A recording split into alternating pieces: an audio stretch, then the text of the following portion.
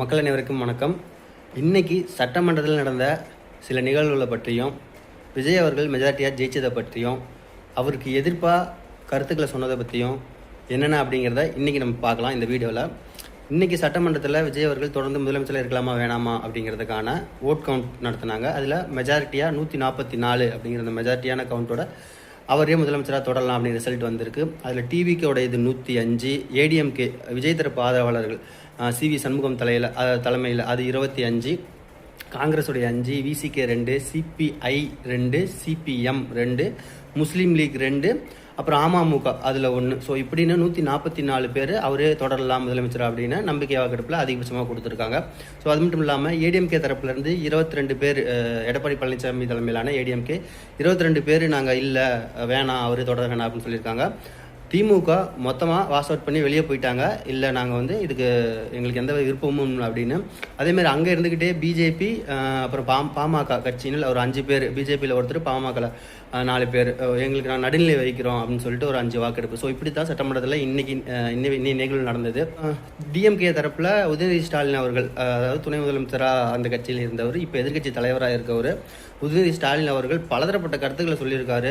நாங்கள் 2021 corona second wave பீரியடில் இருந்து இது வரைக்குமே 0.71 அப்படிங்கிற இருக்கக்கூடிய பொருளாதார வளர்ச்சியை நாங்கள் இன்னும் பல வகையில் மேம்படுத்தியிருக்கோம். எங்கள் முத்துவேல் கருணாநிதி ஐயா ஸ்டாலின் தலைமையிலான ஆட்சி எவ்வளோ சிறப்பாக இந்த மாதிரிலாம் வேலையை பண்ணணும் அப்படின்னு சொல்லிட்டு, அது மட்டும் இல்லாமல் அப்படியே 21 லட்சம் பேர் விஜய் வேணாம் அப்படின்னு தான் ஆப்போசிட்டாக வாக்களிச்சிருக்காங்க. அப்போ மெஜாரிட்டி அதுதான், அது பல்வேறு கட்சிகளில் பிரிந்திருக்கு அப்படின்னு சொல்லியிருக்காங்க.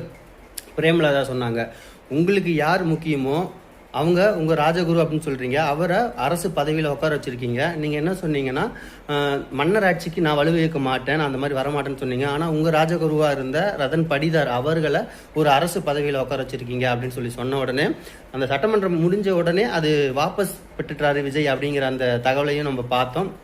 ஸோ இப்படி தான் இன்றைக்கி சட்டமன்றத்தில் இருக்க நிகழ்வு நடந்தது. அது மட்டும் இல்லாமல் எடப்பாடி பழனிசாமி அவர்கள் சட்டமன்றத்தில் இன்றைக்கி பயங்கரமாக பேசியிருந்தார். எங்கள் கட்சியில் நாங்கள் 47 பேரை எங்கள் சார்பாக நின்று நாங்கள் ஜெயிச்சிருக்கோம். ஸோ அதையெல்லாம் குதிரம்பேரம் பேசி இப்போ இழுக்கிறதாக தகவல் வருது அப்படின்னு. அதே மாதிரி தான் நடக்கவும் செஞ்சுருக்கு.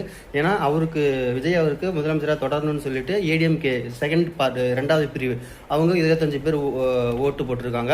ஸோ இதுக்கு காரணம் பேரம் பேசப்பட்டது அப்படின்னும், உங்களுக்கு இந்த பதவி தரேன், அமைச்சர் பதவி தரேன் அப்படின்னு சொன்னதாகவும் சொல்லப்படுது. அது மட்டும் இல்லாமல் அமமுக கட்சியில் இருக்க அந்த காமராஜர், ஆல்ரெடி நம்ம ஒரு வீடியோவில் சொல்லியிருந்தோம், அந்த காமராஜ் அவர்கள் சைன் போட்டு தர மாதிரி, விஜய்க்கு ஆதரவாக சைன் போட்டு தர மாதிரியும், அதுக்கப்புறமேட்டு ஆளுநர் மாளிகையில் போயிட்டு இல்லைன்னு மாதிரி சொன்ன மாதிரியான ஒரு நிகழ்வுகளெல்லாம் நம்ம பார்த்துருந்தோம். ஆனால் அது உண்மை அப்படின்னு நிரூபிச்சிருக்காங்க. ஏன்னா அவரும் விஜய் அவருக்கு தான்